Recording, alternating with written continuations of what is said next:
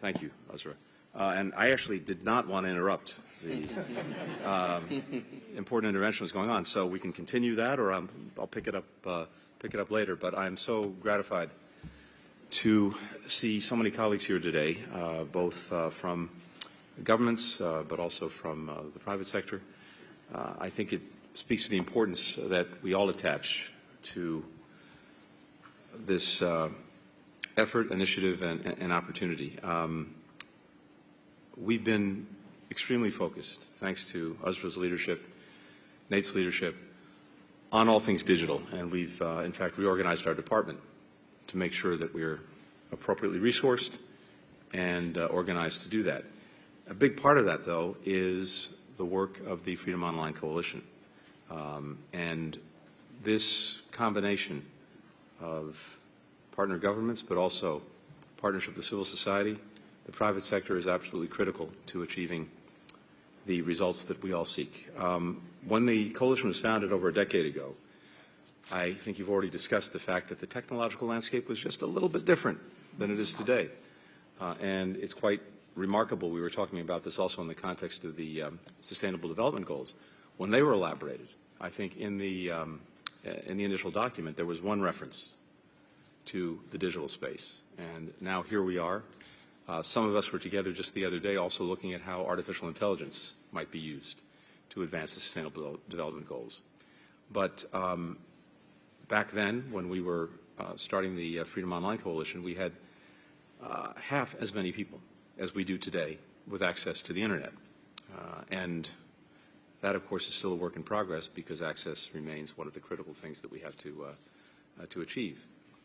But the Internet's extraordinary potential is a catalyst to convene new communities, literally spanning the globe, to enable individuals to document earth-shaking events with smartphones in their pockets, to galvanize entire movements, as we've seen.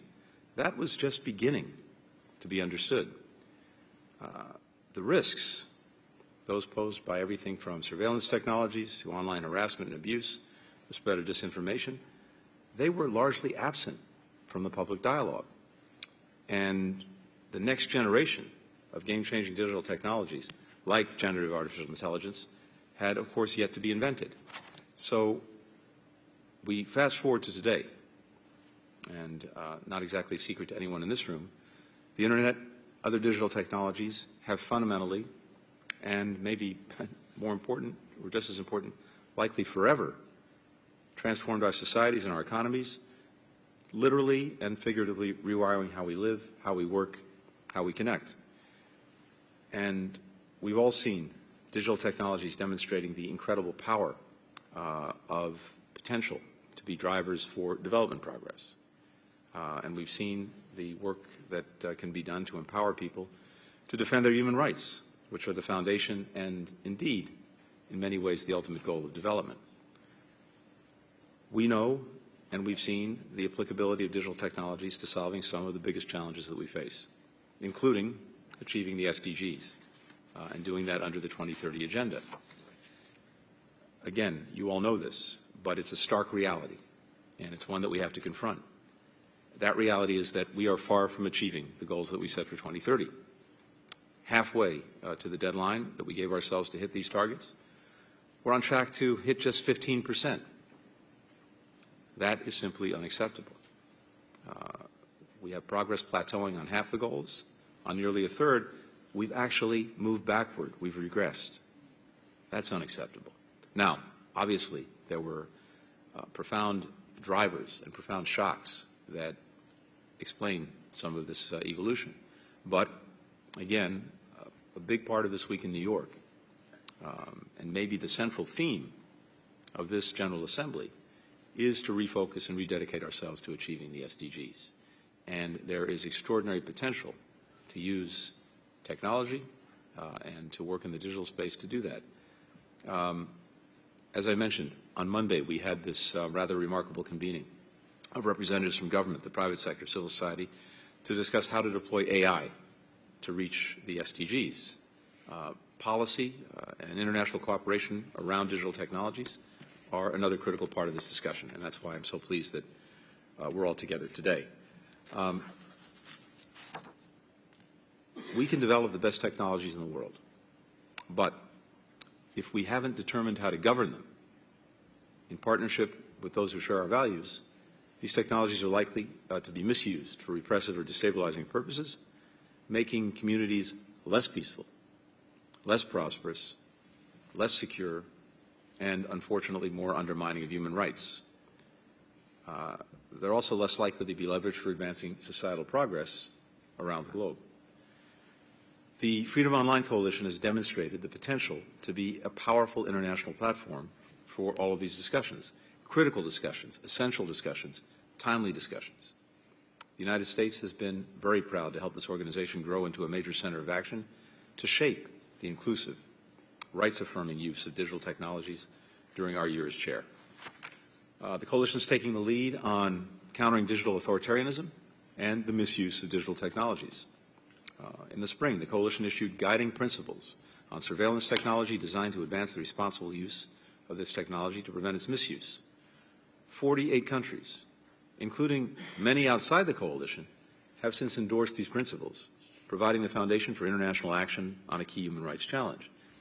And I think it's important not to understate the power and potential of this, because we've seen this time and again. It takes time, but the more you are able to establish a norm, the more you're able to create a basic standard, the more adherence you get to that norm, the more powerful the effect. And what seems to be something that's not a shared idea or ideal in any one moment suddenly becomes, before you know it, exactly that. And that's a tremendous source of strength. It's a source of legitimacy to do what we need to do to make sure that technologies are being used for good, not for bad. The coalition is also focused on advancing human rights in the digital space. We'll soon issue donor principles for human rights in the digital age, which will help shape how public and private investments in digital innovation are actually made. And it's also helping to guide, here again, the responsible use of artificial intelligence. The coalition intends to develop a pledge to incorporate responsible AI practices in government development, procurement, and the use of AI. That's a mouthful, but it's also really important. It's going to commit governments to take an approach to AI systems that actually uphold human rights, international law, democratic values, while managing safety risks. We will put into action our duty to protect human rights under the UN Guiding Principles on Business and Human Rights. The United States intends to build on the momentum that we've already developed through the rest of this year and then past it. We'll pass the baton to the incoming chair, the Netherlands, and we're grateful for the Netherlands' leadership. And we're excited to have welcomed 3 new members this year: Iceland, Slovakia, South Korea, already making powerful contributions to the coalition's efforts. But I think we also recognize that we can't shape the terms of our technological future through this coalition alone. We need to work with partners from governments in every region of the globe to direct digital technologies toward development, toward human rights, toward the larger global good. And that's why we've asked many of you to join us today. We're committed to working with partners to boost access and inclusion to digital technologies.